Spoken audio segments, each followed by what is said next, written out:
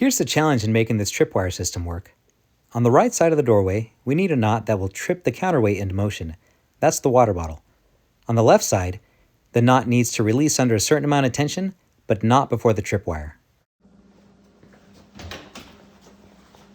I'm using 1/4" Paramax to demonstrate this tripwire knot.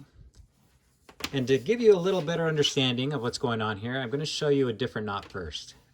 If I were to take a full coil of my rope and then push the loops out, I end up with this pretzel here. Now I can take my free end and weave it through the back, and then through the front, and then back out again. And watch what happens when I pull on these opposite sides. I end up with a 4-strand knot. This is the same knot to start a friendship bracelet, the same ones you made in middle school. Now let me show you the real knot here.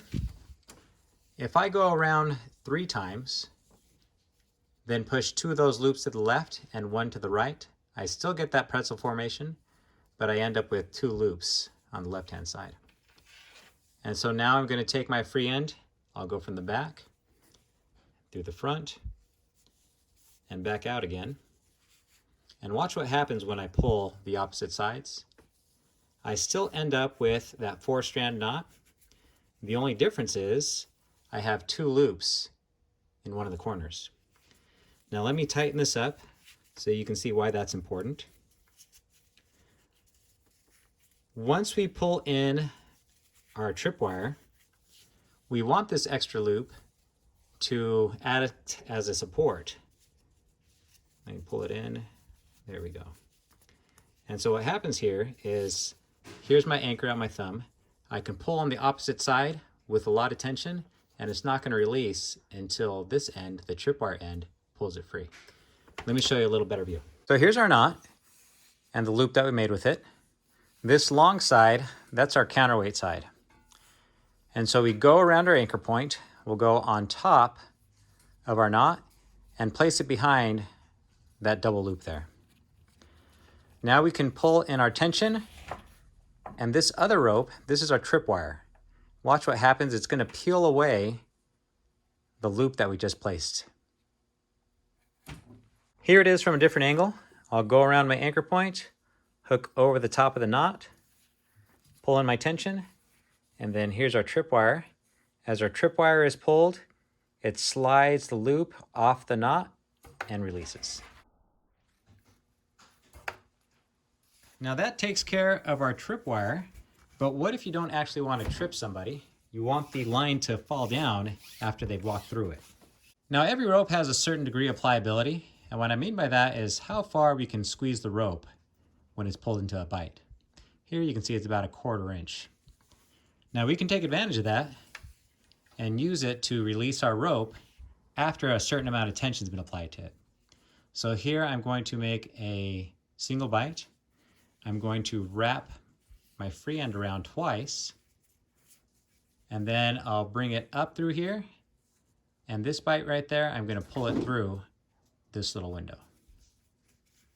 I will show you again. We'll pull it all tight. When I pull tension onto our knot, you can see this loop starts to collapse, and we get to the point where it has no more pliability and it starts to fight against the knot. Well, I'm going to rely on that certain amount of tension I need in order to break this knot, and that's going to give us enough to pop free while still triggering the tripwire. Here it is again, collapsing that loop, now it's starting to fight, and pull. Now if you're using something like paracord is very pliable. See, I can smash it all the way down. And so what I'd want to do with that is wrap it around. Instead of just a bite, I would actually make it a coil. And so this would give a little more fight. And so here I go, I'm going to wrap it around once, wrap it around twice. I'll pull it back through and into that window. There we go. Now when I want to pull tension on this knot, you can see that my coil here is going to fight, and I need a certain amount of tension to break it free. Here's our tripwire knot and paracord. We'll go around our anchor point, hook on. This is where our counterweight would be, and over here is our tripwire, and at the end of this would be the knot that we use, taking advantage of the pliability of the rope. And this does work to scale. I've tried it in 1/4 inch all the way down to this fishing line.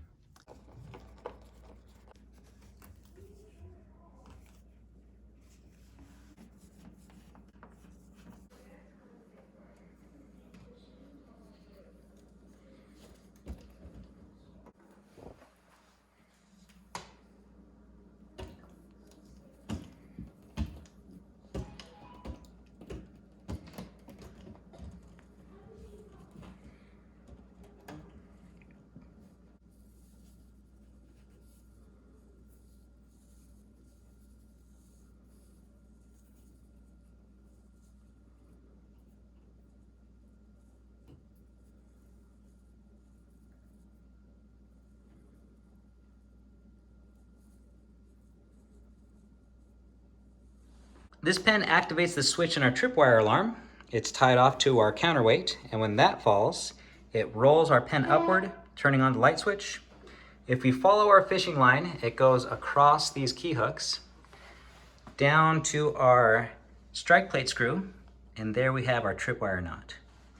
The actual tripwire goes across the doorway and is tied into the pin on the hinge there.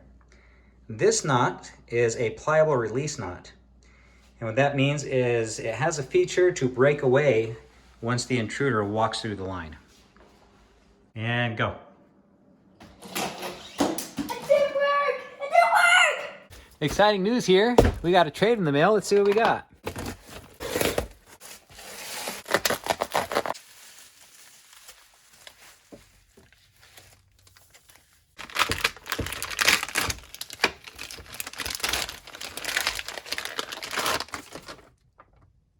I have no idea what this is.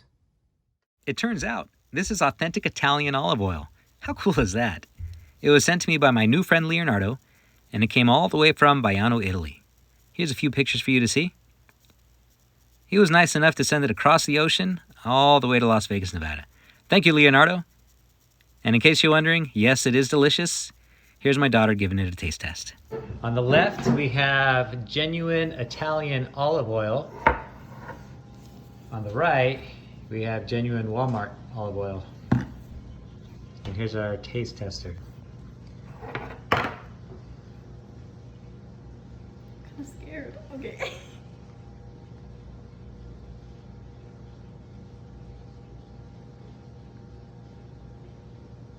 Oh. All right. See if you can taste the difference.